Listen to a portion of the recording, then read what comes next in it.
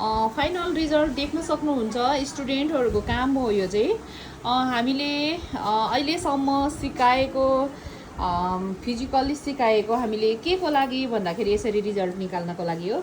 र उहाँहरू हुनुहुन्छ उतापट्टि जाऊ तिमी पनि अनि उतापट्टि जाऊ ल। अब फिडब्याक सोध्छु है कस्तो लाग्यो अनि अहिलेसम्म अब अरू बेला गरेको थियो कि थिएन अनि आइरनले कर्ल गर्दाखेरि कस्तो लाग्यो अनि अहिले जस्ट अब पर्मानेन्ट पम्पिङ गर्दाखेरि कस्तो लाग्यो ल। राम्रो लाग्यो। आइरनले गर्दाखेरि कस्तो लाग्यो? राम्रै थियो। आइरनले गर्दा पनि राम्रै थियो, यो पनि अझै राम्रो भयो। अझै बेटर है, बेटर ल। आइरनले गरेको चाहिँ हाम्रो ओन्ली वान डेजको मात्रै कर्ली हुन्छ, त्यो चाहिँ टेम्पोररी कर्ली भने हामीले कर्ली रडले गरेको पनि 1 डेजको मात्रै हुन्छ भने यो चाहिँ पर्मानेन्ट यो चाहिँ 1 इयरसम्म पनि केही हुँदैन। यो चाहिँ यसको लागि हामीले स्याम्पू ट्रिटमेन्ट क्रिम गरेपछि यसको लागि मुड छुट्टै आएको हुन्छ र उहाँहरूले गर्नुभएको अब यो उहाँहरूले मात्रै नभएर अर्कोजना स्टुडेन्टले पनि गर्नुभएको थियो।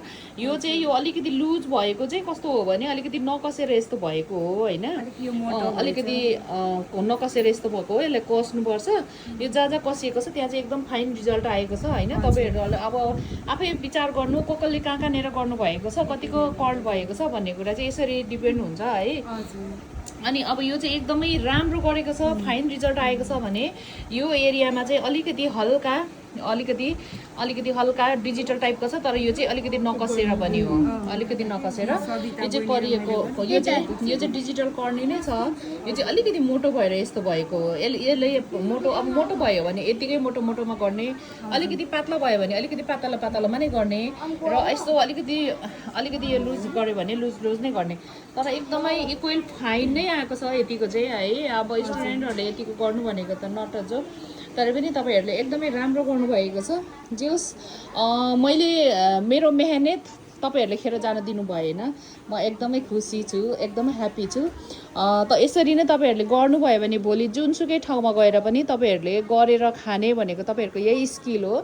यो स्किलले गर्दाखेरि तपाईँहरू जुनसुकै ठाउँमा पनि चाहे आफूले खोल्नुहोस्, चाहे जब गर्नुहोस्, चाहे विदेश जानुहोस्, तपाईँहरूलाई एकदमै बेनिफिट चाहिँ यही हो। हामीले पढ्न त हामीले सबैजनाले धेरै पढेको छौँ होला, कसैले थोरै, कसैले अलिकति पढेको छौँ होला, तर हामीले स्किल भएन भने हामीले संसारको जुनसुकै कुनामा गएर पनि हामीले गरेर खान सकिँदैन। त्यसले गर्दाखेरि हामीलाई कम्पलसरी स्किल प्लस हाम्रो के स्किल प्लस के हुनु पर्यो, हाम्रो मेहनत। अनि मेहनत सँगसँगै के हुनु पर्यो,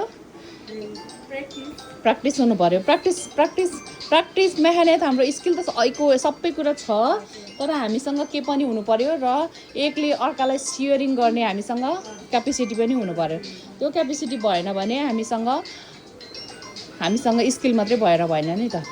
अनि त्यसले गर्दाखेरि हामीसँग सबै कुरा सिमिलर हुनुपर्छ। हामी एउटा ब्युटिसियन भएको हुनाले यो चाहिँ एउटा कस्तो भने यो हामीले एउटा गरेर काम गरेर खाने हाम्रो यो डिपार्ट हो। त्यसले गर्दाखेरि हामीले काम रिजल्ट सँगसँगै हामीले हाम्रो स्किल एउटा जुन गरेको हाम्रो वर्क सँगसँगै हाम्रो के हुन्छ, हामीले एकले अर्कालाई सेयरिङ गर्ने पार्टहरू पनि हामीले माइन्ड मेकअप गर्नुपर्छ, माइन्ड सेट गर्नुपर्छ।